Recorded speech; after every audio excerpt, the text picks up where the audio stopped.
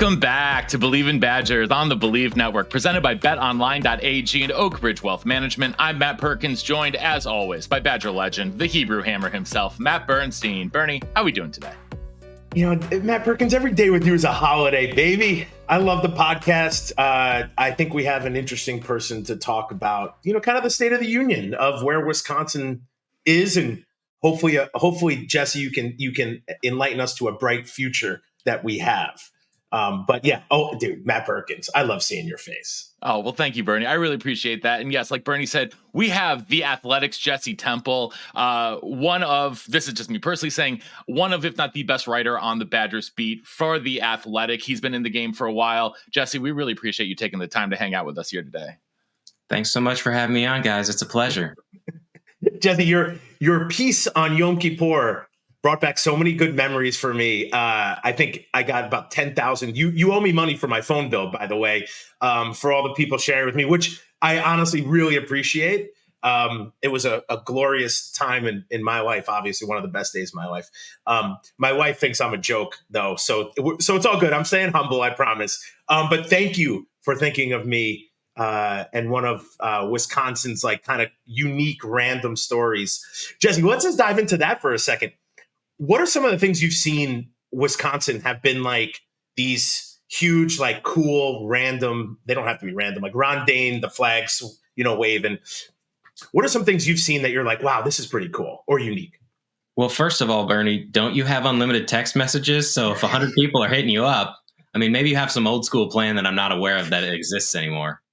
I did buy it on State Street in 2001, so I'm hoping that, I don't know, I'll call my dad. I'm still on his plan. We'll see what he says later.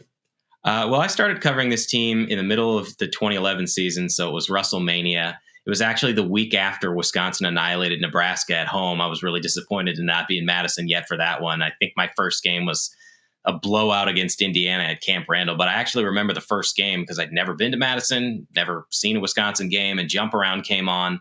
And at the time, the press box had these super old, the curved TVs. There were no flat screens up there.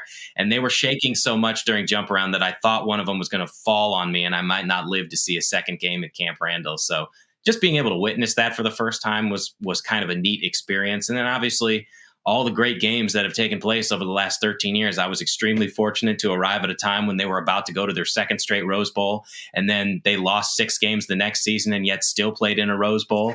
So I thought that's what life was going to be like on the Wisconsin beat. And I know where we're at right now, but it's been a really good ride. There have been some great moments and some great games and obviously really enjoyable people to cover. Awesome. Well, Bernie and I have been to probably many of those games that you have been at and covered. And we're excited to get into the state of the Badgers. Well, maybe not excited. We're maybe a bit concerned about the state of the Badgers, but we're going to talk about that here in just a minute. Before we do, want to remind everyone tuning in that we continue to be presented by betonline.ag, the world's most trusted betting platform and your number one source for online betting. From the earliest odds to in-game live betting, BetOnline provides you with all the action and the ability to watch the games as they happen. With the largest selection of odds from everything from football, NBA, NHL, to much more. Head on over to BetOnline today to get in on the action with America's most trusted site for online wagering. BetOnline, the game starts here. And, of course, our good friend Chris Anicetti and his team over at Oak Ridge Wealth Management. If you are a pro, future pro, or current collegiate athlete with NIL deals, Chris Anicetti is the man that you need to connect with to get your money right. Over at Oak Ridge, Chris and his team of professionals will create a comprehensive financial plan to set you up to navigate your lifestyle and future market conditions. Oak Ridge specializes in wealth management for professional athletes. They understand all of the pressures that athletes face. Chris and his team will set you up with a bespoke plan to make your money work for you off the field so you can focus on what you do best, perform on the field. Get in touch with Chris on Instagram at oakbridgewm_Anicetti. That's oakbridgewm_ANICETE, or head on over to their website, oakbridgewealthmgmt.com. Chris Anicetti and Oak Bridge Wealth Management. All right, Jesse, we're here. We have you here today to talk a little bit Badgers State of the Union. So, Bernie, I don't really know where you want to start here with this one. So I have thoughts. You have thoughts. I have thoughts. I'm gonna pass the ball over to you and hope it doesn't get batted down at the line of scrimmage. No, just pick it up when I need help. Jesse, you were there Wisconsin in 2.5 years ago went through this crazy kind of transition. What was it like to be like boots on the ground during that? I was getting texts from everyone saying, Jimmy's the guy. Jimmy's not the guy. Oh my God, what's going on? It was almost like watching the election last night, like ups and downs. Who knows what's going to happen? To me, listen, to where we are today, I don't really want to get into like what they should have done. I just want to hear your ear to the rail, what you were hearing. What was it like? A lot of sleepless nights, I would assume. What was that time period like for you?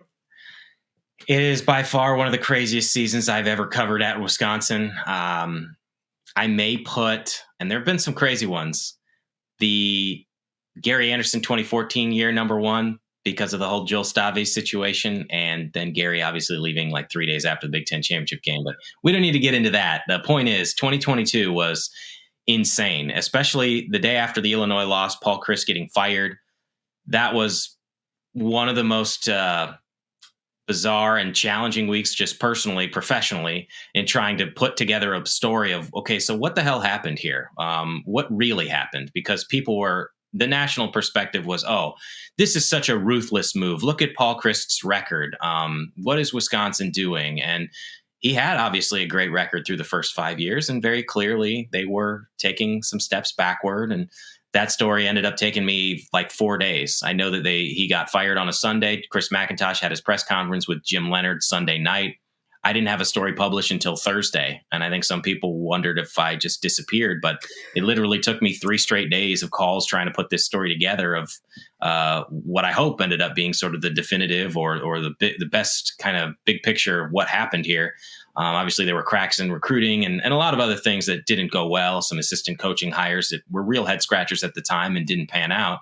But I was one of those people as that season went along after that thinking, well, Jim's going to be the guy. I mean, I don't know what you expected this team to look like when you bring in your defensive coordinator as the interim coach. They weren't particularly good at the time Paul Chryst got fired. They had a losing record, and they're at least going to a bowl game.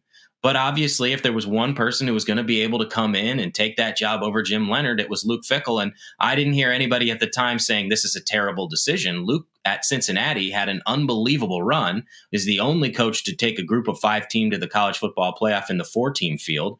And, yes, I know the last 2 years have not met the expectations, but it was a season full of surprises because even I think the week before they played at Nebraska, and they won that game to become bowl eligible. And just talking to the players, the level of respect they had for Jim, I even wrote like Jim has done enough to be the next head coach. But of course, he didn't know that Luke was not only going to be available, but be receptive enough to accept the job, and that Wisconsin would be willing to pay its head coach an average of $7.8 million a year over the course of a 7-year deal. So Chris McIntosh sort of surprised everybody with that, but it was absolutely wild. No doubt about it. It was wild. I'm sure you've talked to a lot of team people, a lot of alumni, football team people, and a lot of football alumni. There was a lot of mixed feelings about this. A lot of people, I mean, obviously, a lot of people played with Jimmy. I mean, I watched him I was a Jets fan. I watched him. I knew him personally. He was successful everywhere he's ever been. I mean, did they win a state championship at Tony, Wisconsin with like 14 guys on the team? I think they were stuffing hay into people to make them stand on the sideline so they had a team. This guy was like the quarterback and the running back. It seemed to me like that he was going to potentially be it would have been another success story. Now, I have no voting ability. I don't get paid that much to make the decision. I actually think Luke Fickell's not a bad decision. I mean, he's proven to do it. My only question is, in the NIL and everything, he's got a 7-year deal. How long does it take to build a program? I guess we've never really seen it, but Jesse, in the NIL and the transfer portal world, can he even do it in 5 years? Can he do it in 7 years? So a couple things. First of all, I have a tremendous amount of respect for Jim. I actually did a story where I went up to Tony and met with people and visited his parents at their house and just got a better understanding of how did this happen. A guy from Tony ends up everybody knows the story who's listening, but you're right. He had success at every level, and we'll never know whether this would have been successful if he would have been named the permanent head coach. I have no doubt that he would have made some changes. I imagine Sean Lewis would have been perhaps the first call to try and run the offense. And I would have been really intrigued to see what that looked like, because very clearly they needed a change. They would have been able to retain a fair number of people with ties to the program. I'm sure Bobby Aper would have loved to have run the defense if Jim was going to give up that. And so it would have been different. Now, would it have been more successful? He still would have faced the same challenges that Luke does in terms of the NIL and transfer portal that you're talking about. But in regards to Luke, I talked to a few people maybe a month ago. It was after the USC loss. So I talked to Barry Alvarez, Joe Thomas, Joe Schobert, some Michael Caputo, some former players. And the two Joes, Schobert and Thomas, I specifically asked, well, what is a realistic time frame here? No one's really happy with the results, but he's in year 2 of this trying to turn this program around from where it was. And everybody to a man was said, you need to have 4 years at minimum. That seemed to be the general consensus of, if you're going to go recruit, and that's one thing that I think you could say Luke and his staff have done at a pretty high rate. Give those guys time to develop to the point that they're upperclassmen. This is not a Don Morton type situation where he gets 3 years, but they're the worst program in human history, and so you got to make a change and you bring in Barry. But how many years does it take? That's a really good question, man. We see some programs that it's a revolving door every 3 to 4 years. They're changing coaches. That's not what Wisconsin wants to be. Obviously, Chris McIntosh goes out on a limb and makes this decision, picks somebody over Jim Leonard, and they're sort of tied at the hip. If Luke isn't successful, then people will view Chris McIntosh as not being successful. And this is the most impactful move you're going to make as an athletic director. I know he obviously made a change with the hockey coach, but I think Wisconsin's in a really unique spot here in the NIL world. They are not going to have an operating budget like insert SEC school. But I also think, and you would know this, Bernie, one of the things that made Wisconsin so good for so long is the way they were able to develop players over time. Like, that was kind of the secret sauce, just being real about it. Look at the walk-on program. Look at some of these 2-star guys they would get that a lot of other people didn't necessarily want or look at. 3 years later, they were every bit as good as anybody else in the Big Ten at their positions. And now people aren't going to necessarily want to wait around. And so I think that is a significant challenge. And it's not unique to Wisconsin necessarily. The transfer portal is impacting everybody. But I just think it makes it harder. And throw in the fact that the Big Ten is as hard as it's ever been. I really do wonder, what does the future look like for Wisconsin and what the ceiling can be. But I absolutely think Luke is going to get at least 4 years and maybe longer. But you got to have some on-field progress. And I think the biggest frustration with that on-field progress is the inconsistency of the offense. And I think inconsistent is being generous over the past, whatever it's been, 20 games of the Luke Fickell era, give or take. What is it? 22 games, I think, at this point. The air raid, or whatever you want to call what Phil Longo is trying to do, is not producing results.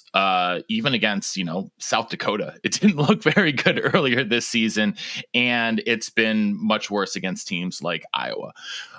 What is sort of the next logical step here for the offense? Because when Fickell hired Longo, it was a home run swing. And it was let's swing for the fences. Let's get something completely different. And that just hasn't seemed to mesh yet, Jesse. And, what's the future on the offensive side of the ball? Because it still looks like an offense that doesn't know what they are. This is a really tough spot because they have played, you're right, 22 games under this new staff. 9 of those games have come where Phil Longo has been forced to use the backup quarterback. On the other hand, that's a backup quarterback that he handpicked and went and got from the portal. And in this preseason said, if Braden had to be the starter instead of Tyler Van Dyke, we'd feel really good about it. And it has not materialized in the way that they needed. He's thrown 8 interceptions. He's lost a fumble. He's thrown at least 1 interception in all 6 games. And so you have to at least acknowledge that his lack of consistency is significantly impacting the offense. And Phil's not the one throwing into double coverage or not seeing a guy over the middle that he steps in front. On the other hand, when Tanner Mordecai was healthy, even when Tyler Van Dyke was healthy, it's not like this offense was humming along and blowing dudes out and scoring 40 points a game. And so it's been a real challenge on a number of fronts. Phil and Luke have both been asked this question, and I've asked them both about like, well, what is the identity of the offense, or what is it that you want this offense to be? Because very clearly, for decades, we knew what the identity was. Wisconsin was going to hit you in the mouth. You could maybe give it to Bernie for a fullback dive on 4th and 1. And, it's at the same time, the last couple of years, the offense wasn't where it needed to be. So Luke brought in a coach to modernize the offense, and it came with a level of excitement that I really hadn't seen for quite some time. But the scheme, the personnel, whatever it is, the concepts, it doesn't seem to be working. And at a certain point, Luke is going to have to really have ask himself, is this where we want to go moving forward? Because Luke's not going anywhere. But I do think that assistant coaches are in spots where their jobs are on the line because you have to produce. Phil has been able to produce everywhere he's been, but you just look at what's happened here, especially against good teams, and it hasn't been anywhere close to good enough. So you can put some blame on the fact that the backup quarterback has had to play way too much. At the same time, you've got to figure out how to win with the pieces that you have. It's not like guys haven't been injured in years past. And so I really do wonder if this continues for the next 3 games and potentially a bowl game, whether Luke would be willing to make a change. I mean, I'm never going to be one to sit here and say that a coach should go. I know that's maybe other people should say that. He's got a 3-year deal. He makes $1.25 million a year, so he would have another year there. But if you're going to make a change, you better do something that isn't so drastic that it kind of feels like it sets everybody back. I don't imagine them going back to a under center pro style. Maybe it's more of a power spread. I have no idea. But look, we saw Luke Fickell isn't going to settle for mediocrity. He got rid of the offensive line coach after 1 year because it wasn't good enough. And so I think bigger changes could be on the horizon if this is a team that ends up going 6-6 or 7-5 again. So wait, I want to go back for 1 second. You mentioned the Big Ten becoming so much more difficult, which I actually like. I think it's exciting. I think playing in the West was extremely boring. You were always going to go to the Big Ten championship, losing 6 games, and then get maybe destroyed by Michigan or Ohio State. I love that we're playing top 5 teams almost every other week. That's exciting for me.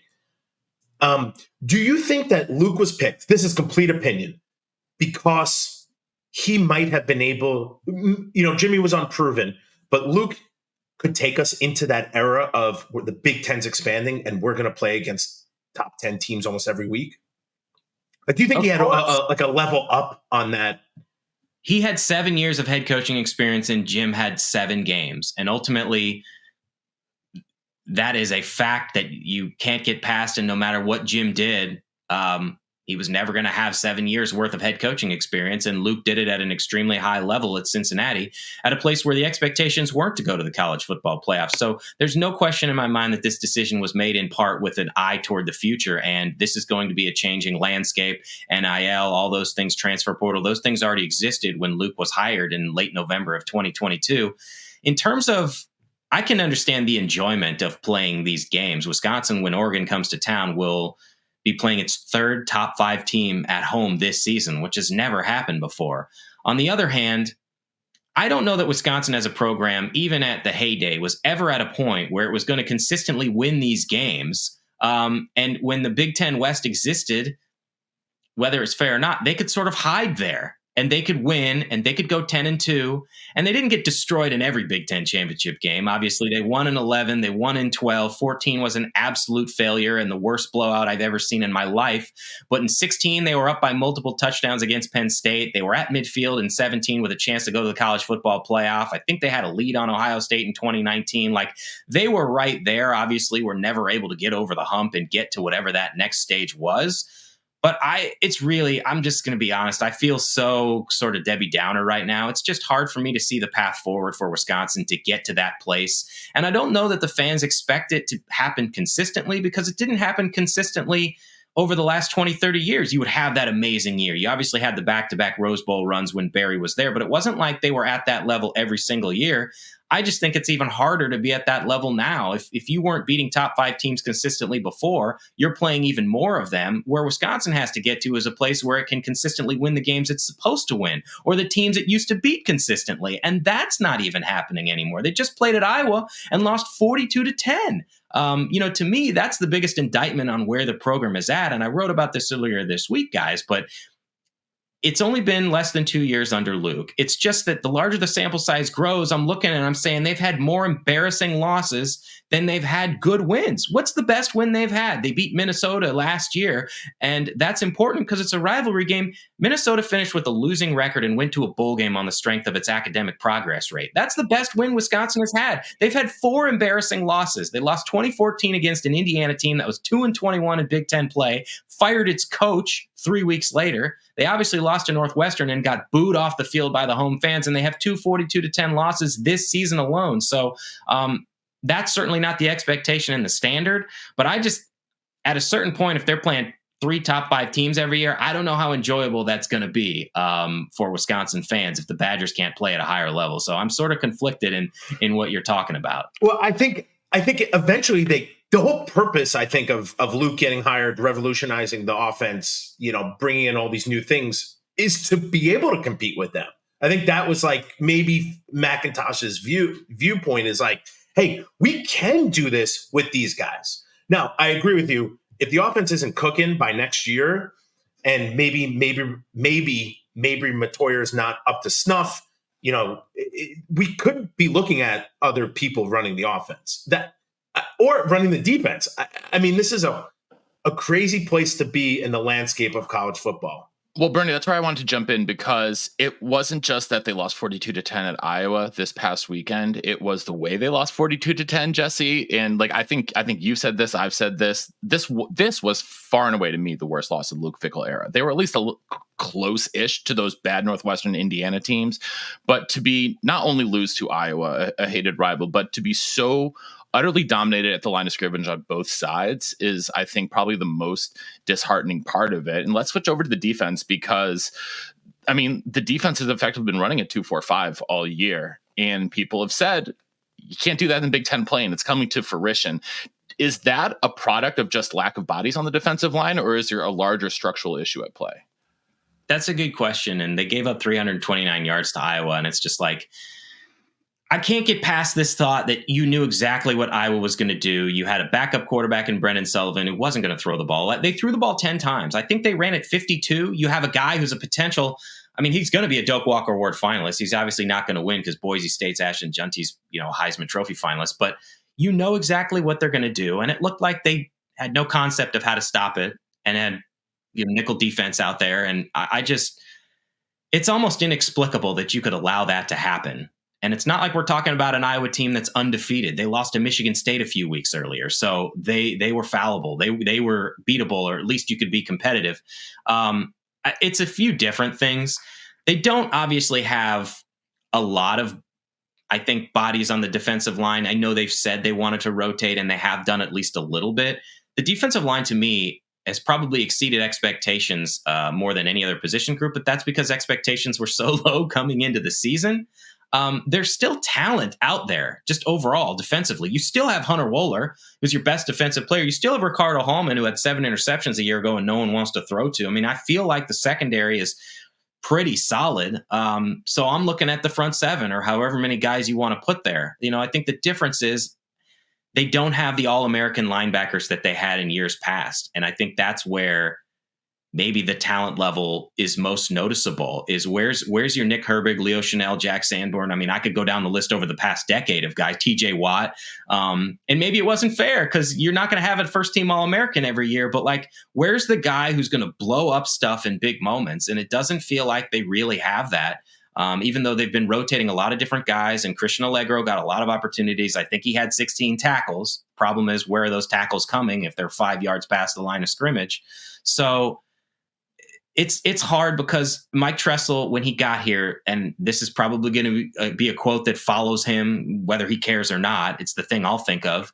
He talked about, I want to mesh the elite, is what he said the first time he met with reporters back in January 2023. And what he meant by that is doing what Jim Leonard did well with what I did well with my guys at Cincinnati. They had in 2021 the number 1 run defense in the country. Wisconsin did, set a program record that stood for 70 years. Some of that may have to do with the competition. They didn't exactly play Ohio State, but still, that's a long regular season where you're setting that record. Cincinnati had the number 2 pass defense. There's been whatever meshing. It's hard to say that a lot of it has been elite. I think that run defense ranks 92nd nationally, and the pass defense is 6th, but that's because they've played really bad passing offense teams, and the ones that have been good, they've gotten shredded. Jalen Milroe threw 3 touchdowns. Miller Moss, who just got benched for USC, threw 3 touchdowns. And so it hasn't been good enough. Like, I mean, I don't know if it's that they feel like they don't have the personnel, but you're in year 2 and you went to the portal to get the guys that you said would be more athletic, that would allow you to run your scheme better. So I don't know. There's that. And then there's also he succeeded at Cincinnati running a 3-3-5, and they very rarely, if ever, have actually run that structure and that system at Wisconsin. So it's kind of like the offense where you're trying to find your way and you need to decide what you want to be, but you also have to fit it to your personnel. And for whatever reason, the pieces to the puzzle on both sides of the ball have not come together, other than that 3-game winning streak against what turned out to be bad teams. And it's, you mentioned the portal. The only portal addition who I think has been really a huge upgrade is Elijah Hills. Like, I think that the transfer linebackers that they brought in have been underwhelming. We expected a lot from Pius and Lowry and Thomas, and they've been okay, but they haven't been the game wreckers we expected to see. Lowry and Pius getting after the passer, and they're just not. No one's getting to the quarterback. They don't get home on defense in the pass game, and they can't stuff the run. It's kind of a problem. A couple thoughts on that. First of all, this is why trying to evaluate what we see in practice is so difficult. And I think readers and fans get really mad at reporters. Like, I feel like fans get frustrated with me because I'm reporting what I'm seeing. And it's like, well, yeah, John Pius had 3 sacks today. And so what does that mean? Is the offensive line not very good? Is this guy going to be an All-American in the D1 level when he did that at the FCS? And it just hasn't translated. So I guess that's kind of the caveat to any practice report on what we're seeing, is that doesn't necessarily mean it's what's going to translate. But the other thing is, yeah, I feel like the transfer portal is way more of a crapshoot than what some people might expect, because it's easy to say high school recruiting is a crapshoot. How can you really evaluate what someone is doing in Kansas high school football or whatever, and how that's going to translate to a Big Ten game? But these guys have put it on film. They have 2 years. Leon Lowry did it at Syracuse. These guys did it at the FCS. You just have no way of knowing whether that's going to actually translate when you get into games against Big Ten competition. I thought a year ago, Darian Varner, who was a first-team all-conference pick at Temple, was going to be a wrecking ball for Wisconsin. And he barely played, and he left after 1 season. And meanwhile, you're talking about Elijah Hills, an FCS transfer from Albany, was with the 3rd-team defense halfway through the spring until TJ Bollers transferred. And then he was with the 2nd team. I didn't know he was going to have a significant role. And now he's arguably your most impactful defensive lineman. So there's that. And I mean, we should acknowledge, like, Tyler Van Dyke might be your best transfer if he was healthy. We'll never know. I feel like they thought that he had a chance to be really special here. And although we didn't necessarily see it a ton through 2 games, they would, I think, be in a much better spot very clearly if he was still healthy. So many things have to go your way. The pieces of the puzzle have to fit. You have to stay healthy. But even then, it just seems like the transfers they brought in that got everyone so excited have been a crapshoot and haven't panned out. And when that happens, and I know Luke says he doesn't want to be a transfer portal team. Look at the roster. I looked at it. There's 28 players on the roster right now that are transfer portal additions, and 25 of those guys are portal additions since Luke Fickell got here. Well, that's a pretty big margin of what your roster is. And so they are a transfer portal team, just like every team other than Clemson is going to be. And when you do that, they better pan out. In my opinion, the Alabama game for Tyler Van Dyke was going to be his breakout. I was super excited for him. I know, it really sucks for when your number 1 quarterback goes down, no matter what, in any look at the NFL, look everywhere. So that broke my heart for him, but I really thought we were going to take off that game. We might not have won, but I think him going down the road, it doesn't matter because it didn't happen. I wrote it down in my notes to talk to you about, Jesse, but it's worthwhile. We can't, but I agree. I don't think we can be a transfer portal quarterback team to come in 1 year, to get guys to come in 1 year. Look at what Wisconsin's bread and butter. We talked about this with the walk-ons. Look at me. Coach White said I sucked when I showed up. So he didn't even want you, Bernie. He didn't even want me. I sucked. And then, you take to coaching, you listen, you work out with there's so much that goes into this. And dudes are now saying, I don't need to be here. I'm going to jump or I'm going to go somewhere else. So to me, it's the landscape's going to be hard for Fickle to build a program, not just a team each year. I think he's trying to get puzzle pieces to win games, so people are a little bit more happy. Right. Then build a program, and that's going to take maybe 5 years. More, maybe 4 is what Joe and all the other guys who know football played way more football than me know. Jesse, we have a bye this week, which I think is the best thing that could happen to us. However, off the best thing that ever happened to us, it's probably the worst thing to happen to us this season, is going to play home 6:30 Central against Oregon. What are your hopes in that game? Well, first of all, I think you're right about Van Dyke. Like, I thought it was fascinating. If you look how they opened up that Alabama game, they were in a bunch of 11 person. They were doing things that they didn't do the first 2 games, where they had like 2 tight ends on the field. And it was like, oh, so you've been saving this for this Alabama game, and it's working, and they're moving the ball, and obviously he tears his ACL, and they weren't going to beat Alabama. I mean, I'm not going to pretend like, oh, they were suddenly a playoff team or something like that. Look at Jalen Milroe. It was so easy for him to throw the ball, but sure, we don't have to get into that. What I hope, I mean, it's hard for me to answer that question because I'm not a fan. I'm a journalist. I hope that I have something good to write about. But Badgers fans, I mean, what's realistic expectation after what you just saw against Iowa? Can you fix a few things? Can Braden Locke limit turnovers? Can you just be in the game in the fourth quarter? It's the same thing that they said as a team against Penn State. The whole week was built around, can we put ourselves in a position to have a chance to win in the fourth quarter? And they were absolutely in that position. The difference is I think Oregon is very clearly the best team they're going to face all regular season, and they have been absolutely shredding teams after what was a bit of a slow start. I mean, you want to break down the matchup. You can't let Dylan Gabriel just stand there and shred you. My confidence level is not super high that Wisconsin can pull this off or hang with them. And the bye week happens when it happens. I mean, I suppose that they can get a little bit healthier and have more time to evaluate, but you're still the same team that you were in the last matchup. And I think the thing really to me is everybody's looking for Wisconsin to have a breakthrough moment. And even if they did beat Oregon, obviously it would be one of the most significant wins in terms of being able to celebrate being a number one team. It doesn't happen very often. Obviously, they beat Ohio State in 2010, beat Michigan in 1981. There's a couple of million years ago. I don't think it's suddenly going to necessarily change what Wisconsin is as a program, but you just need a moment that you can say this is what we're capable of, because they haven't had one big win, like I said before, since Luke got here. He's 0-5 against teams that were ranked at the time. You can throw in the Iowa game, which obviously the Hawkeyes weren't ranked, but still a quality team. So I don't know what's realistic. I mean, people can hold out hope that they'll win. You just want them to be competitive and give themselves an opportunity late.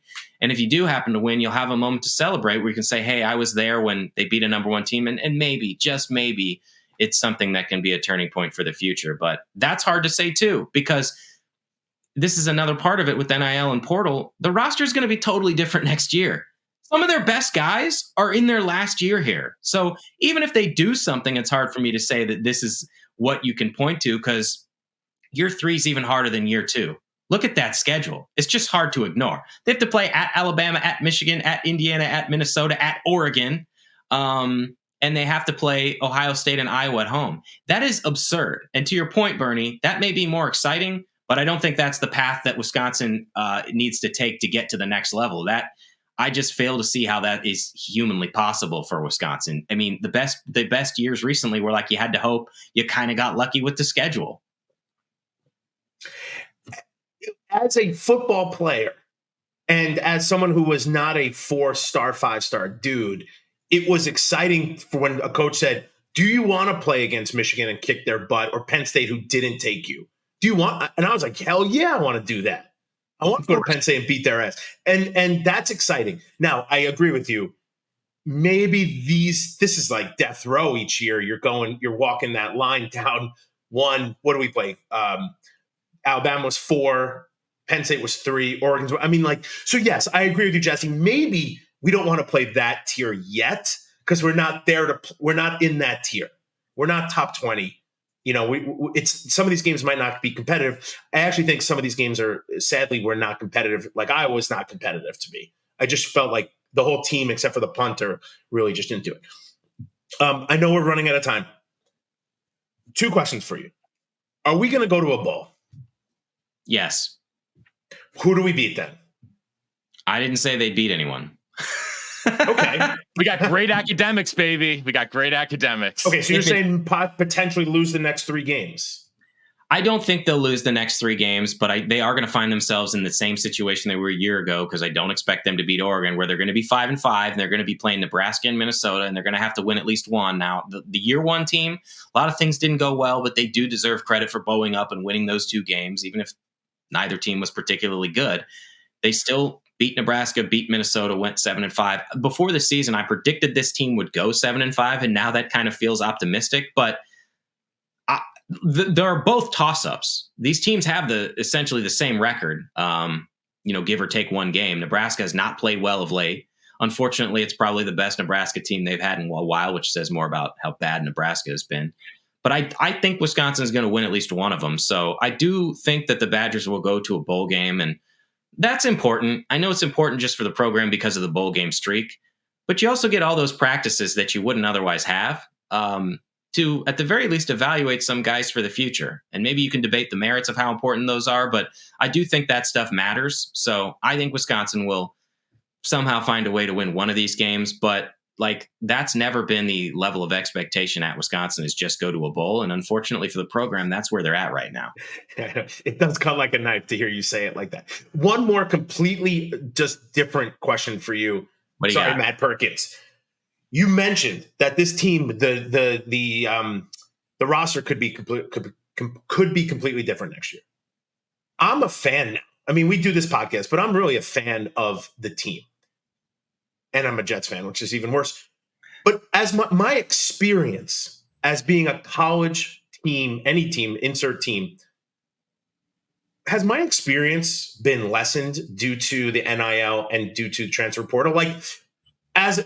Should I buy a jersey? Should I learn who these people are? I mean, we do this because we do the podcast, but I feel like my fan experience of just college athletics has changed. I would love to hear your thought.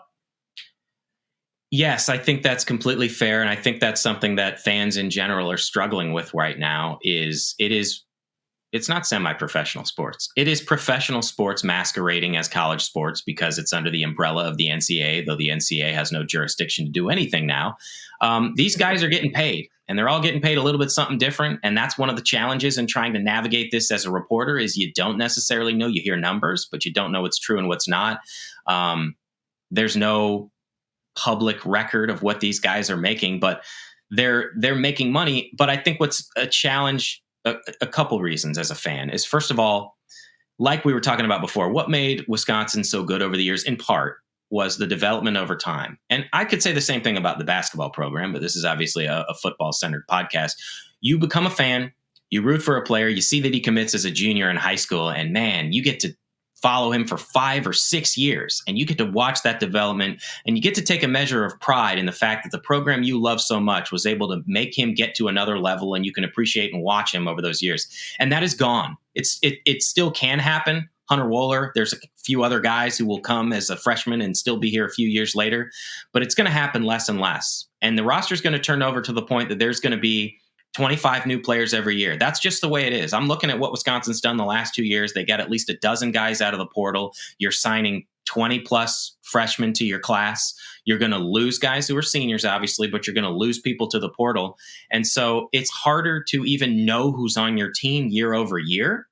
And then on top of that, you've got the money situation where a school is asking the fans to spend their hard-earned money. And I mean, again, I'm not a fan, but of Wisconsin, because my job is to cover the team. I grew up a fan, though, of the University of Kansas. I grew up in Kansas. Kansas basketball was a really big deal to me.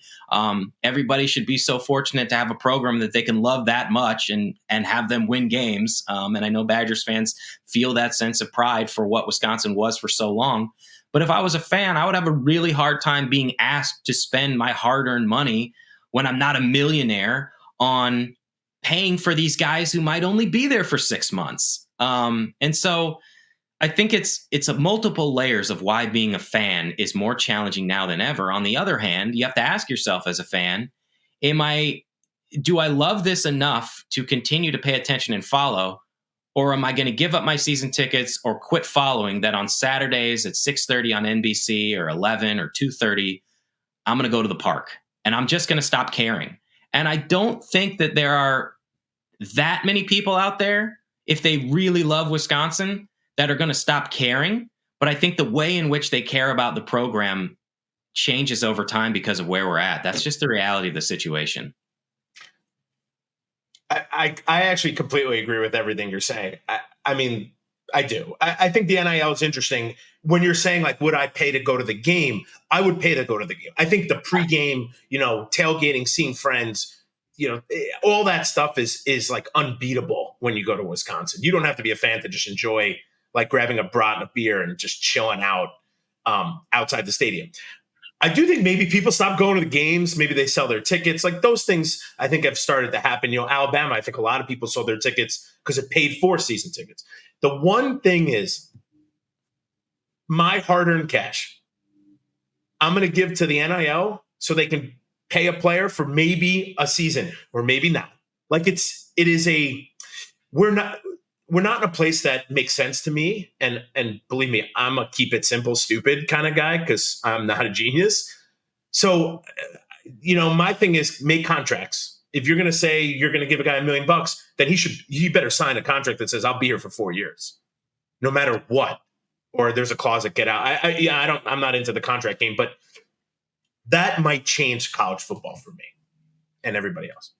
I think changes are coming, and I think they need to head in that direction. Not that I expect 4-year contracts, but these guys are probably going to, it's going to resemble whatever the professional model is, where you have contracts and agents and guarantees and all those sorts of things, because this is just untenable. And I think we all agree on that. You can't have, now that there is no limit on how often you can transfer and there's no penalty, you can't have a dude hop into 4 schools in 4 seasons. Well, you can, because those are the rules. It's just not fun or enjoyable for the fan. And, I think that's a problem that ultimately they'll have to solve. But yeah, I'm with you. Like, it's one thing to spend money on a ticket to go to a game. It's just like spending money on a ticket to go to a concert. But what if you had to spend money in addition to that ticket to go to the concert to pay for the drummer to show up that day or something like that? I guess that's part of where the ticket money goes to, but it's like you're expected to do stuff on top of what you're already doing. And I just have real challenges with that. But I also understand the school's perspective, where they're going to need money, especially with what's transpiring here, that schools are going to have the opportunity under the settlement to have $22 million to directly pay athletes. Now, that's across all sports. Well, where's that money coming from? So I understand where everyone's at. It's just kind of harder than ever to be a fan. Well, even if it is hard to be a fan, you can keep tabs on the Badgers with Jesse's work over at The Athletic, because even if things are bad, the writing is still amazing. We appreciate everyone tuning in here today to Believe in Badgers. Make sure to go subscribe to The Athletic. Keep Jesse in business. Keep to have the great content keep coming out. Follow Jesse on Twitter. What's your handle?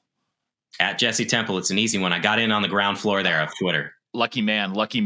But we appreciate everyone tuning in to Believe in Badgers on the Believe Network, presented by betonline.ag and Oak Bridge Wealth Management. Jesse can't say because he's a reporter, but until next time, on Wisconsin. On Wisconsin. Jesse, you're the best, man.